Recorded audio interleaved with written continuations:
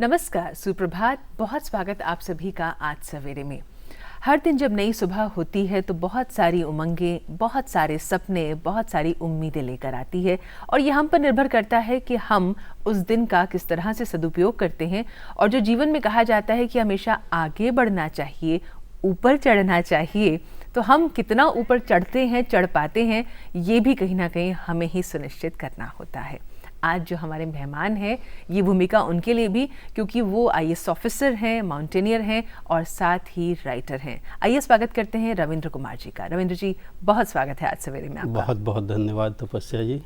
लेकिन आपका परिचय जो है वो शब्दों में समेटना मुश्किल है, क्यों ना दर्शकों को दिखाया जाए आपके जो अनुभव रहे हैं। मुझे बहुत अच्छा लगेगा कि दर्शक हमसे जानकर अगर कुछ लाभान्वित हों तो मुझे बहुत खुशी होगी। तो आइए देखते हैं जी।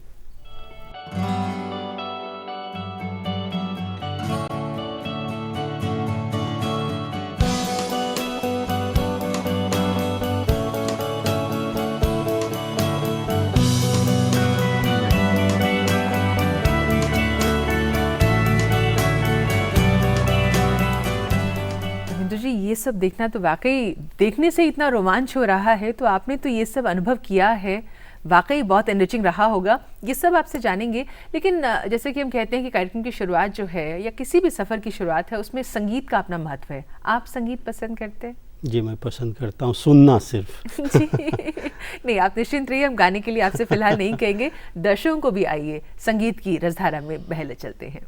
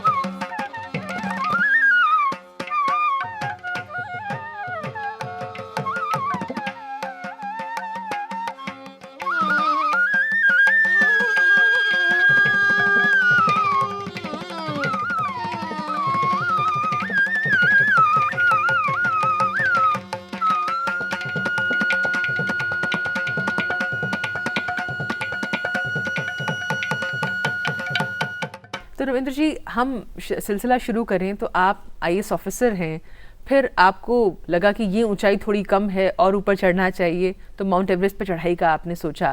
लेकिन अगर शुरुआत से बात की जाए तो शिक्षा दीक्षा किस तरह से शुरू हुई? जी, मैं गांव में ग्रामीण परिवेश में पला बढ़ा हूँ।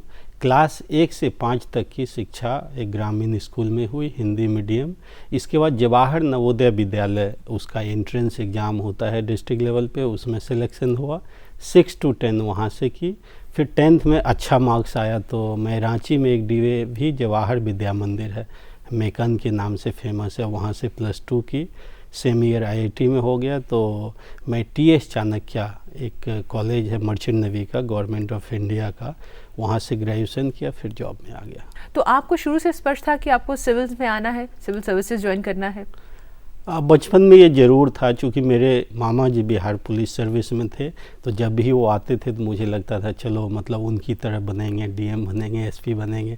बट बीच में आपने देखा कि +2 के बाद TS चाणक्य ज्वाइन किया, फिर मर्चेंट नेवी ज्वाइन किया, तो हमें लगा कि इधर मैंने ट्रेनिंग की है तो कुछ दिन काम कर लेता हूँ। वो कुछ दिन अलग बात है कि 7-8 साल हो गया। इसके बाद चूँकि दिली ख्वाहिश थी तो मैं फिर से सिविल सर्विस एग्जामिनेशन का प्रिपरेशन किया, फिर सिलेक्शन हो गया और जो ड्रीम जॉब होता है इंडियन एडमिनिस्ट्रेटिव सर्विस वो मिल गया। जी, तो सिविल्स के लिए कहा जाता है कि बहुत मेहनत, बहुत तैयारी लगती है, कभी कभी तो खुद को भी भूलना होता है, इतना ज़्यादा पढ़ना लिखना होता है।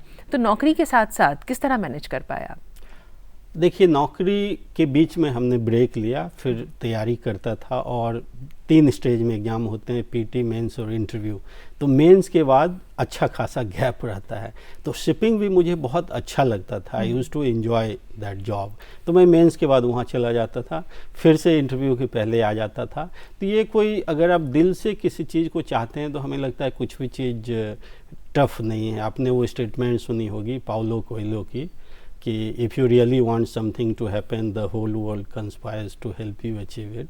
तो मेरी दिली ख्वाहिश थी और दिल से ऑनेस्टली मेहनत कर रहा था, तो हमें नहीं लगता था कि टफ है। इनफैक्ट मतलब आई वाज कॉन्फिडेंट इनफ कि मैं ये एग्ज़ाम क्लियर कर लूँगा, क्लियर होने से पहले। तो वो कॉन्फिडेंस भी हमें लगता है समहाउ, जैसा कि हमने अभी लिखा है मैनी एवरेस्ट में पॉजिटिव। ये जो किताब आपकी हम देख सकते हैं और दर्शकों को भी दिखाना चाहेंगे, रविंद्र कुमार जी की ये किताब है मैनी एवरेस्ट। तो इसी का भी आप जिक्र कर रहे थे जी। तो हम थॉट फॉर द डे, हमारा एक सेगमेंट इसमें होता है आज सवेरे में। तो आप, हमें लगता है कि आपके श्रीमुख से आते हुए ज़्यादा अच्छा लग रहा है, क्यों नहीं आप फिर से इसको थोड़ा इत्मीनान से एक बार हमें बताएं। If you really want something to happen the whole world conspires to help you achieve it. मतलब आप किसी चीज़ को दिल से चाहते हैं तो आपकी दुनिया हेल्प करती है, समाज के लोग हेल्प करते हैं उसको अचीव करने में। क्या बात है जी। तो बहुत सुंदर, ये था थॉट फॉर द डे। और हम बहुत बार ये देखते हैं, सुनते हैं कि जो विचार हैं, जो सिद्धांत हैं, जो मूल्य हैं, बहुत कम लोग होते हैं जिसको कहते हैं कि जीवन में चरितार्थ कर पाते हैं। आपने वो किया है। तो जब आप सिविल्स की एक ऊंचाई आपने जो है हासिल कर ली, उसके बाद माउंट एवरेस्ट पर चढ़ने का, और ये हम दर्शकों को ज़रूर बताना चाहेंगे कि आप पूरे भारतवर्ष में अकेले प्रशासनिक अधिकारी हैं, अकेले IAS ऑफिसर हैं जिन्होंने माउंट एवरेस्ट कॉन्क्वर किया है। तो ये अचीवमेंट है अपने आप में अगर देखा जाए। इसका ख्याल रविंद्र जी कैसे आपको आया? नहीं, पहले तो कम्प्लीमेंट के लिए आपको धन्यवाद। एक्चुअली IAS ज्वाइन करने से पहले या ड्यूरिंग ट्रेनिंग भी इसका बिल्कुल ख्याल नहीं आया था। फर्स्ट टाइम मेरे मन में माउंटेनियरिंग सीखने का ख्याल तब आया जब सिक्किम कैडर डिक्लेयर हुआ था। पहले, अभी मैं उत्तर प्रदेश कैडर में हूँ, इसके पहले सिक्किम में था। तो जब जनवरी 2012 में सिक्किम कैडर डिक्लेयर हुआ तो हमने उसके बारे में पढ़ा कि सितंबर 2011 में वहाँ एक अर्थक्वेक आया था जिसमें कि बहुत सारे माउंटेनियर्स का हेल्प किया गया था डिसकनेक्टेड एरिया में पहुंचने के लिए, बिकॉज अर्थक्वेक के कारण रोड वगैरह टूट जाते हैं। तो मेरे मन में ऐसे ही ख्याल आया कि क्यों ना माउंटेनियरिंग सीख लिया जाए, कभी भविष्य में होगा तो मैं पहुंच सकता हूं, अभी यंग हूं। तो फिर ये पहले ख्याल आया। उसके विदिन 1 मंथ फिर ये आइडिया सोचते हैं, डेवलप होता है। तो मुझे लगा जब सीख लूँगा माउंटेनियरिंग तो क्यों ना एक पिक ट्राई किया जाए, और थोड़ी ऊंची उड़ान है बचपन से, तो मुझे लगा चलो माउंट एवरेस्ट ही ट्राई करते हैं। माउंट एवरेस्ट फिर हमने फिक्स कर लिया, फिर बाद में तैयारी की और फर्स्ट अटेम्प्ट में फर्स्ट पिक फर्स्ट अटेम्प्ट। क्या बात है।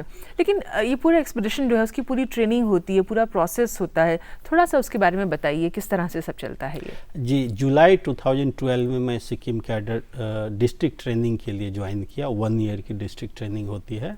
चूँकि प्लान हमने बताया कि जनवरी में सिक्किम कैडर अलॉट हुआ था और फरवरी में प्लान बन गया था, तो मैंने प्री प्लान मेंटली कर लिया था कि क्या क्या करना है, कैसे कैसे करना है। तो दिक्कतें हुई, समहाउ हमने अपने सीनियर्स को कन्विंस किया, स्पेशली डिस्ट्रिक्ट मजिस्ट्रेट जो कि हमारे ट्रेनर भी होते हैं डिस्ट्रिक्ट में, कि हमें छुट्टी चाहिए माउंटेनियरिंग ट्रेनिंग के लिए।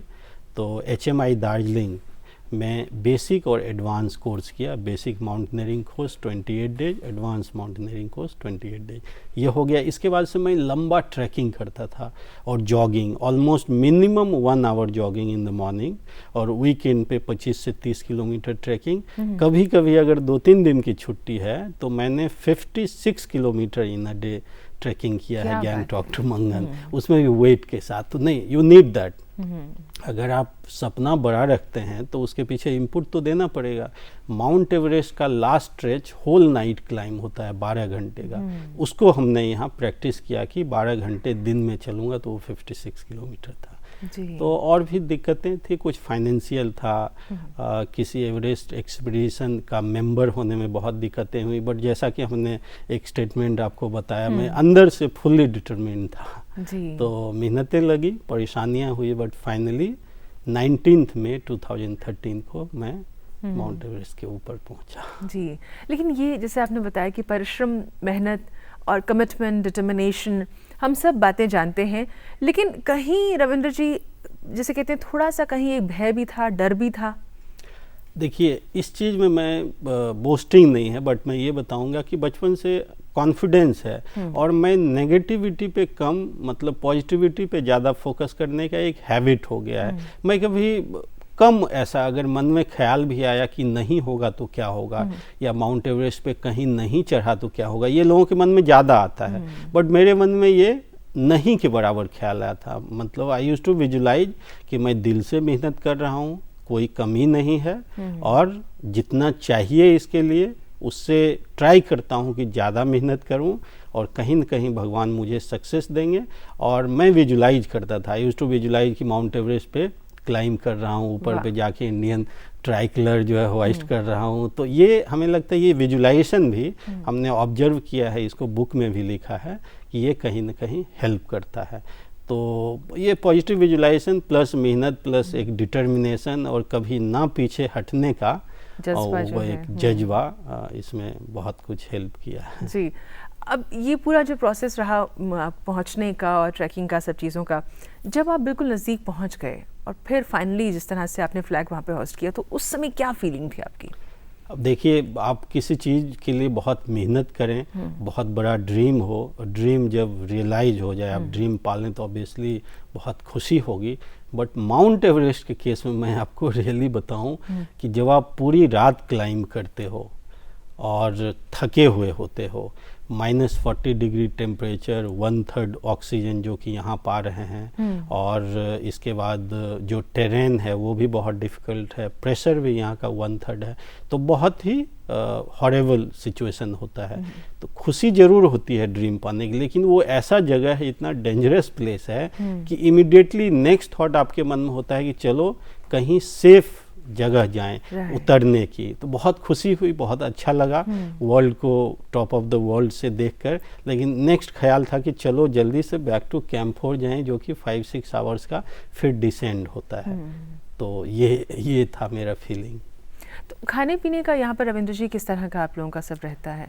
खाने पीने का बेस कैंप 5400 मीटर पर है, वेल एस्टैब्लिश होता है, मतलब होता नहीं, हर एक साल किया जाता है, चूँकि वो ग्लेशियर के ऊपर होता है। तो उसमें आपको नॉर्मल डे टू डे यहाँ खाते हैं, आजकल कॉमर्शलाइजेशन हो गया, एजेंसी प्रोवाइड करवाती है, बट वहाँ पे ये डिफ़िकल्टी है कि आप डाइजेस्ट नहीं कर पाएंगे, वहाँ भी बहुत डिफ़िकल्टी है। तो इतना ऐसा वाला लाइफ नहीं है, ऑल्दो खाना मिलता है वो डाइजेशन नहीं होगा, वॉमिटिंग होगी, स्लीपलेसनेस, कमजोरी धीरे धीरे। उसके ऊपर कैंप 1 तो जस्ट एक ट्रांजिट कैंप है। कैंप 2 में चावल दाल जो नॉर्मल पका हुआ सिंपल, वेरी सिंपल फूड मिलता है, उसके ऊपर आपको कुक्ड फूड नहीं मिलता है। आप सत्तू या चॉकलेट या हॉट वाटर इससे काम चलाते हैं, तो इसके कारण वेट लॉस बहुत होता है। जो फाइनल क्लाइम में मिनिमम आप 5 kg लूज करते हैं 7-8 दिन के क्लाइम में। तो इन टोटल ये पूरा एक्सपीडिशन जो है कितने दिन का रहता है? इन टोटल अगर आप काठमांडू टू काठमांडू काउंट करें तो लगभग 2 महीने लगते हैं। ओके। हाँ, ये स्लो है। काठमांडू से मतलब एक फ़्लाइट है, एक जगह जाते हैं, वहाँ से फिर 10 दिन का लगभग ट्रैकिंग है, फिर बेस कैंप पे जाते हैं, फिर स्लोली ऊपर जाते हैं। क्यों? एक कैंप 1 पे गए, फिर लौट आए, फिर 2-3 दिन रेस्ट लिए, फिर कैंप 1 गए, कैंप 2 गए, वहाँ ओवरनाइट स्टे किए, फिर लौट आए। या कोई टीम कैंप 2 के बाद कैंप 3 चली जाती है, जो कि 7200 मीटर पर है। अब आप पूछेंगे कि ऐसा क्यों करते हैं, चढ़ने के बाद उतरते क्यों हैं? वेस्टेज ऑफ एनर्जी है, टाइम है। वो इसलिए करते हैं कि हमारा बॉडी यहाँ के लिए अडेप्टेड है। Normal atmospheric pressure, temperature, oxygen, जैसे जैसे प्रेशर, टेम्परेचर, ऑक्सीजन चेंज होता है तो हमारे बॉडी को स्लो एडेप्टेशन चाहिए। तो जब आप कैंप 3 पे एक रात गुजार के सक्सेसफुली लौट आते हैं, then you are considered fit for final climb. अगर बीच में कुछ दिक्कतें हो गई तो फिर वो एक्सपीडिशन कैंसिल करके लौटना पड़ता है। रविंद्र जी, इसमें हम जब आम जीवन की बात करते हैं तो इतने लोगों के बीच में रहते हैं, सब तरह की चीज़ें बीच में आप देखते हैं, लेकिन जब आप माउंट एवरेस्ट पर हैं, पूरी दुनिया से कट ऑफ हो जाता है, नेचर के इतने नज़दीक और रिस्क भी उसमें बहुत सारा होता है, क्या फीलिंग होती है उस समय? दुनिया कैसी नज़र आती है? देखिए, एक जो बहुत स्ट्रॉन्ग फीलिंग प्लस लेसन मुझे मिला वो ये है कि human being is nothing in front of nature, nature is all mighty. वहाँ पे आप स्पेशली 8000 मीटर के ऊपर जब आप क्लाइंब करेंगे तो there is no rescue except you and god. चूँकि हेलीकॉप्टर रेस्क्यू नहीं है पॉसिबल, एयर बहुत थिन रहता है, हेलीकॉप्टर का फिन लोड नहीं ले पाएगा। 8000 मीटर के ऊपर जो मैक्सिमम हाइट पे रेस्क्यू हुआ है वो 8000 मीटर है। बाकी मतलब ह्यूमन बीइंग अकेले वहाँ पे चलने वो काफ़ी है, दूसरे को खींचना नियर इम्पॉसिबल है। चूँकि रास्ता संकीर्ण है, टेरेन डिफ़िकल्ट, जैसा कि मैंने पहले बताया, तो वहाँ पे अगर आपको कुछ होता है तो फिर डेथ होते हैं, वो डेथ जोन माना जाता है 8000 मीटर के ऊपर। और अभी भी ऐसा लिखा हुआ भी है, बोला भी जाता है कि मोर देन 200 डेड बॉडीज वहाँ पे पड़ा हुआ है। डिकम्पोज नहीं होता है, डीके नहीं होता है, इसलिए वहाँ पे माइक्रोब्स नहीं है। तो ये बात है, मतलब यूनिक एक्सपीरियंस है। इसलिए हमारा ये मानना है कि ह्यूमन को नेचर का रिस्पेक्ट करना चाहिए। कभी भी टेक्नोलॉजिकल डेवलपमेंट के कारण इतना ना हम अपने आप में वो एक दम होती है वो न फील करेंगे, नेचर को इग्नोर करें। अगर हम माउंट एवरेस्ट से आगे चलें तो वहाँ भी आपको लगा कि ये ऊंचाई भी कम है, कुछ और हासिल किया जाए, तो फिर आप मिनी एवरेस्ट पे आ गए। यानी ये किताब आपने लिखी, तो इसका आइडिया आपने कैसे कंसेप्चुअलाइज किया? एक्चुअली जब 2013 में मैं माउंट एवरेस्ट क्लाइंब करके लौटा तो बहुत सारे लोगों ने, including seniors in service, well wishers, friends, relative ने बोला कि why don't you document your journey. क्योंकि पहले भी बहुत सारे लोग एवरेस्ट चढ़े हैं, उन्होंने मतलब थ्रिलिंग जर्नी डॉक्यूमेंट की है। तो फिर मुझे लगा कि simply documenting my own journey, इससे पब्लिक को क्या मिलेगा। मतलब मेरा है कि आउटकम आना चाहिए। अगर आप किसी चीज़ में इनपुट डालते हो तो आउटपुट आना चाहिए। और सिंपली मतलब मेरा ठीक है, कुछ लोग हो सकता है जो लोग माउंटेनियरिंग परस्यू करेंगे वो पढ़ेंगे इन्फॉर्मेशन के लिए, मुझे लगा कुछ बड़ा करना चाहिए जो कि सोसाइटी के लिए ज़्यादा यूजफुल है। तो इसमें पॉजिटिव विजुलाइजेशन एक थ्योरी दी है। थ्योरी मतलब एक ऐसा नहीं है कि किताब की थ्योरी है, प्रैक्टिकल लाइफ में जो हमने ऑब्जर्व किया है, फिर उसके बारे में पढ़ा, साइंटिस्ट ने क्या बोला है, योगीज ने क्या बोला है, कुछ अच्छे योगीज हैं, अच्छी बुक लिखे हैं, यूनिवर्सिटी ने क्या रिसर्च किया है, उस सब को पढ़ने के बाद डॉट को कनेक्ट करके ये एडवांस पॉजिटिव विजुलाइजेशन दिया है। ये एम करते हुए कि जो भी स्टूडेंट्स हैं, डीमोटिवेटेड, अनएम्प्लॉयड लोग हैं, इसको पढ़ें, मोटिवेट हों, और जो भी उनका अनफुलफिल्ड ड्रीम है, जैसे मैंने बहुत सारे अपने छोटे छोटे ड्रीम को पूरा किया है, तो ऐसे मैं चाहता हूँ वो लोग भी इसको पढ़ें और ड्रीम को पूरा करें। बट एक बात मैं आपको बता दूं कि थ्योरी तो बहुत सारे एग्जिस्ट कर रही है, बहुत सारे लोगों ने लिखा है, थ्योरी से वो लोग एक्चुअल में कैसे परिवर्तित करेंगे। इसलिए हमने अपना स्ट्रगल दिखाया है कि जहाँ पे लाइफ में लो आती है, वहाँ पे अगर आप पॉजिटिव विजुलाइजेशन करें तो वो आपकी लाइफ को कितना सुंदरतम बनाता है। तो वो अच्छे से प्रैक्टिकली समझने के लिए रीडर्स को मेरी पूरी किताब पढ़नी पड़ेगी कि लाइफ में जहाँ जहाँ नेगेटिविटी आया है, प्रॉब्लम्स आया है, नॉर्मली वहाँ पे लोग डीमोटिवेटेड हो जाते हैं, लौट आते हैं। वहाँ पे अगर स्ट्रगल कंटिन्यू रखें विद पॉजिटिव विजुलाइजेशन, सक्सेस मिलेगी। वही पूरे बुक का आउटकम है। बहुत बढ़िया। लेकिन ये रविंद्र जी बात मन में आती है कि सोशली जो हमारे यहाँ जो एक सिस्टम है, सोशल सिस्टम, उसमें ये होता है कि आप अच्छी जॉब में अगर आ जाते हैं तो सफिशेंट है अपने आप में। आपने मर्चेंट नेवी ज्वाइन किया लेकिन आपको लगा नहीं कि वो सफिशेंट है, आपका लालच और बढ़ा तो आपने सिविल्स की प्रिपरेशन की, IAS ऑफिसर आप बन गए। वहाँ भी आपको उसके बाद भी लोगों को लगता है कि अब तो जीवन बस सफल हुआ, अब तो कमाना है, खाना और जीवन जीना है, बस भोगना है जिसे हम कहते हैं। लेकिन आपको फिर कुछ ऐसा जो एडवेंचरस, थ्रिलिंग तो है ही, बहुत रिस्की भी था अपने आप में। हाँ। और आपका कोई एक्सपीरियंस भी नहीं था पास्ट इसका, तो आपने उस पर अटेम्प्ट किया, उसको भी कॉन्क्वर किया आपने। उसके बाद भी आपको लगा, जैसे हम कहते हैं कि इस दुनिया में फिर प्राकृतिक रूप से बहुत ऊपर जाके अलग तरह की दुनिया, and then as a writer एक और जो इमेजिनेशन की दुनिया क्रिएट की जाती है, आपने वहाँ भी सेंध लगाई। तो क्या आपके जहन में रहता है जब आप इस तरह की कोशिशें करते चलते हैं? और मैं साथ में ये भी जोड़ दूँ, व्हाट नेक्स्ट? अभी तो फिलहाल मैं अपने इंडियन एडमिनिस्ट्रेटिव सर्विसेज में जो मेरा जॉब है उस पर फोकस कर रहा हूँ। उसमें अभी सीतापुर में एज CDO पोस्टेड हूँ। स्वच्छ भारत अभियान पे बहुत जोर है और आगे मैं चाहूँगा as district magistrate for next few years कि अच्छा परफॉर्म करूँ, अच्छा डेवलपमेंट करूँ, पब्लिक सर्विस दूँ। इसके बाद आगे मौका मिला तो एडवेंचर है माइंड में, बट मैं चाहता हूँ अभी तक लाइफ में जो सीखा हूँ उसका पब्लिक को ज़्यादा से ज़्यादा बेनिफिट दूँ। तो अभी कोई फिक्स ये टारगेट नहीं है कि माउंटेन चढ़ना है या राइट अप। जैसे जैसे लाइफ में आएगा अपॉर्चुनिटीज, मैं उस अपॉर्चुनिटी को ऐसे यूज करूँगा कि पब्लिक को बेनिफिट मिले और ऑब्वियसली उसमें मेरा नाम जुड़ा हुआ है, हमने एफर्ट लिया है तो लोग नाम जाने और बेनिफिट हो, उससे मुझे इनर सेटिस्फेक्शन मिलेगा। जी बिल्कुल। अभी कुछ देर पहले जब संगीत की बात चली, आपने कहा कि संगीत सुनना आप पसंद करते हैं, उसके बारे में आपसे बात करेंगे, आपकी हॉबीज़ भी जानेंगे, लेकिन यहाँ पर लेते हैं एक ब्रेक। हमारे साथ है रविंद्र कुमार जी, जो IAS ऑफिसर हैं, माउंटेनियर हैं, साथ ही राइटर हैं। जैसे आपने कुछ देर पहले भी जिक्र किया कि माउंटेनियरिंग के लिए फिटनेस जो है बहुत ज़रूरी है, अपनी हेल्थ का ख्याल रखना बेहद ज़रूरी है। तो आप तो अपनी हेल्थ का ख्याल रख रहे हैं, चाहे खान पान की बात हो या फिजिकल एक्टिविटी की। हम दर्शकों को बताते हैं कि फ़िटनेस के लिए क्या करना बेहतर है।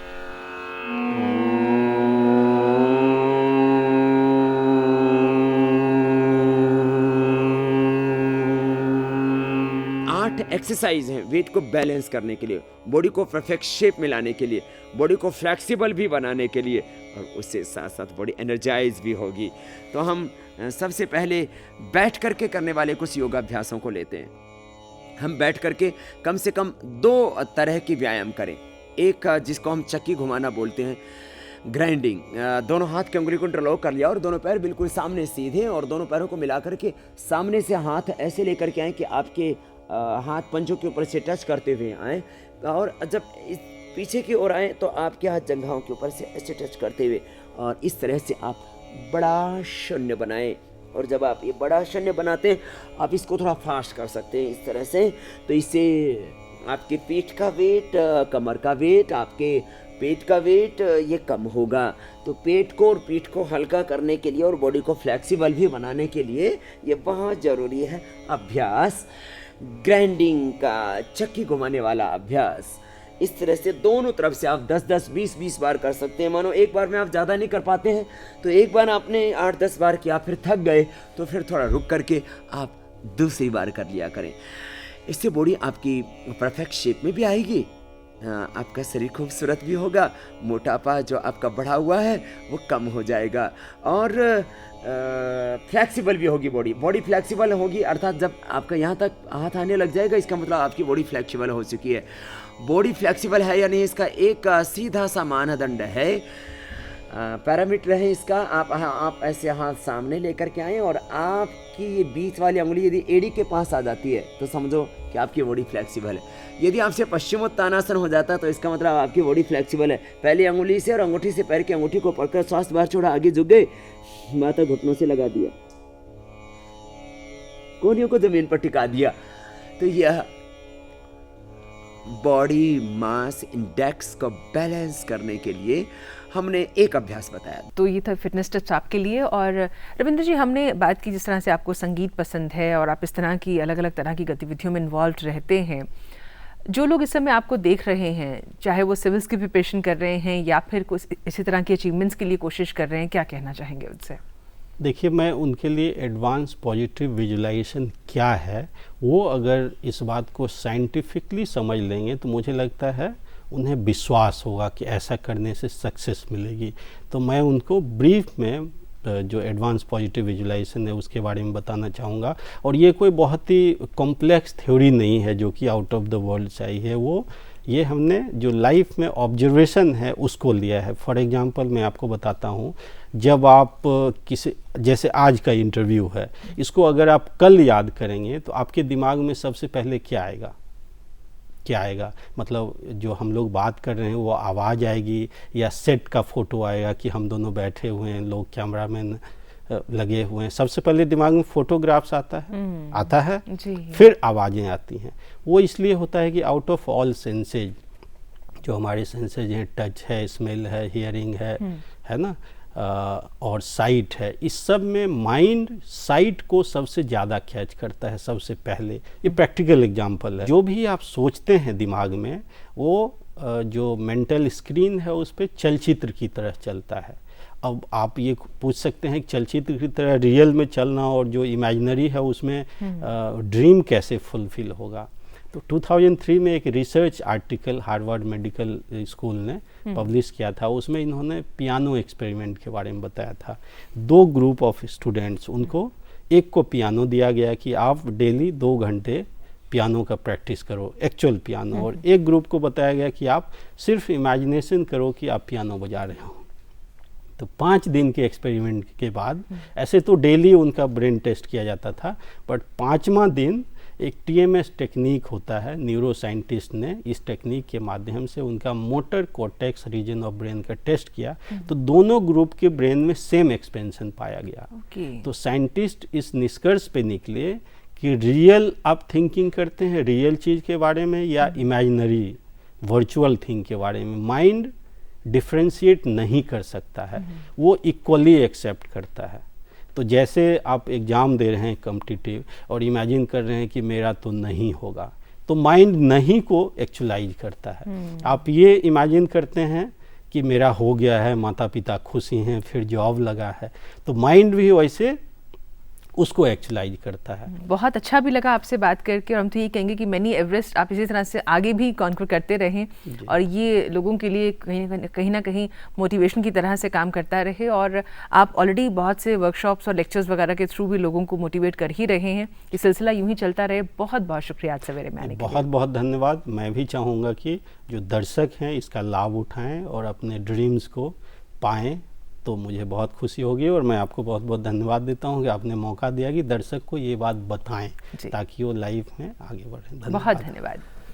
सो फ्रेंड्स, इसी के साथ आज सवेरे में आपसे लेंगे इजाज़त, लेकिन जाने से पहले इतना ज़रूर कहेंगे, कार्यक्रम के विषय में आप कुछ भी कहना चाहते हैं, अपना फीडबैक आप हमें भेज सकते हैं आज सवेरे @ddkdelhi.org.in पर। फिलहाल दीजिए इजाज़त। नमस्कार।